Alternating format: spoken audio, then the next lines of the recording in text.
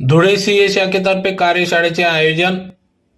याबाबत अधिक वृत्त असे की धुळे सीए ब्रांच तर्फे एमएसएमई उद्योजक व स्टार्टअप उद्योजक यांच्यासाठी आज दिनांक 1 डिसेंबर 2023 रोजी सकाळी 10 ते 5 वाजेपर्यंत हॉटेल गणपती पॅलेस या ठिकाणी एकदिवसीय मार्गदर्शन कार्यशाळेचे आयोजन करण्यात आले।